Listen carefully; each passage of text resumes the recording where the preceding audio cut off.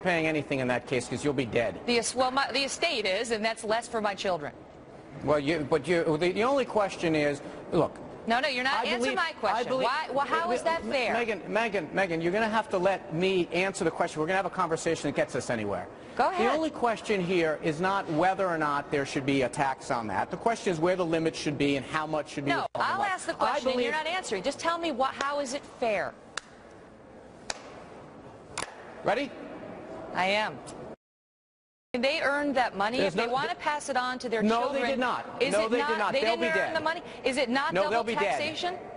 Those people will be dead. The only people we're talking about are people who inherit money. Yes, some people get very lucky at the casino. Should we tax that at a lower rate than if you worked hard and earned it? Well, it's different from double taxation where one person earns it and pays taxes on it, and then their offspring has to pay taxes again. Now you're not answering my question. Yes, I am.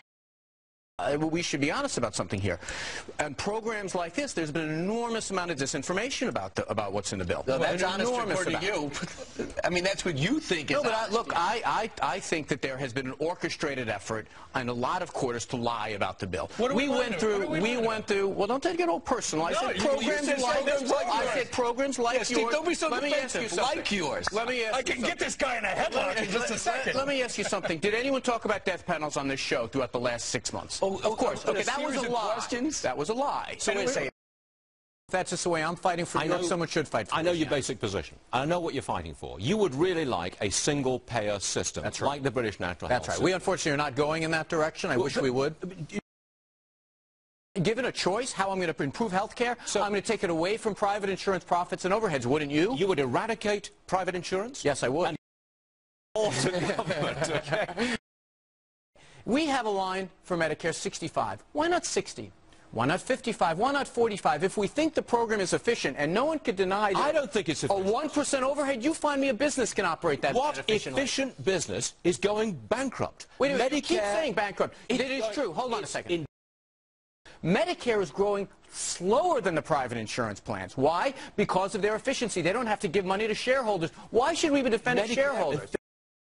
Is Medicare socialism? Do you think I came to this country to be ruled by guys like you? Is Medicare socialism? You want to get rid of Medicare, and a lot of the people against health care do. I want to preserve it and grow it. Socialized medicine. No, because government does not control the means of production. You don't know what socialism means.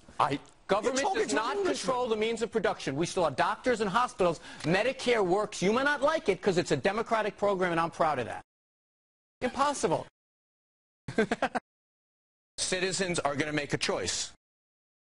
Under the plan for the first 5 years, your employer not only has to keep the coverage, but you can't migrate to the public plan. The concern was we didn't want a giant movement. Now, I frankly, you guys have probably seen me elsewhere. I believe in a completely public plan. Medicare is a program that we have for 65-year-olds. Why not for 55-year-olds? Why not for 45-year-olds? But putting that aside for a moment, the bill prohibits that mass migration the first 5 years. Now, why? Because why is their cost higher? Well, let me answer the question for you. Well, let me ask you a question. Right now, 40% of all of our tax dollars are going to a single-payer, government-funded, government-run health care. Medicaid, Medicare, DOD, Department of Veterans. Hold on, let me answer the question. And if you don't like those programs, go tell senior citizens and go tell Michael Steele, hey, that doesn't work. Government-funded health care is so wrong. The only question we have here is who are we going to give the money to pass it through to doctors? Are we going to give it to someone who works for us or give it to shareholders? The only question is, does Medicare do it better than private insurance? And the answer is clearly yes. But they don't have the incentive to save money. We, the taxpayer, do. Make no mistake about it. Every single Republican I have ever met in my entire life is a wholly owned subsidiary of the insurance industry. Let's make it very clear. The bill in the House, in the Senate, and the President's plan is going to save us money, mean cost less than our present plan. And I know that because we know that right now health care costs are going up so much, they're consuming 17% of our economy. They're on the way to 50% of our economy. So let's... You can make some news right now. I don't... Did you just touch my knee? I think I enjoyed that. Did you just touch my knee? I think I enjoyed that. See, this is... That's why Gretchen left. This is the case where you don't want to let the perfect be the enemy of the good. And I don't think any of us who legislate ever get everything that we want. I want a public option, and I think all Americans should want it. You know what bugs me? Thank you so much for being our guest this morning, Congressman Thank Weiner. you. Good to see you. Deal with it.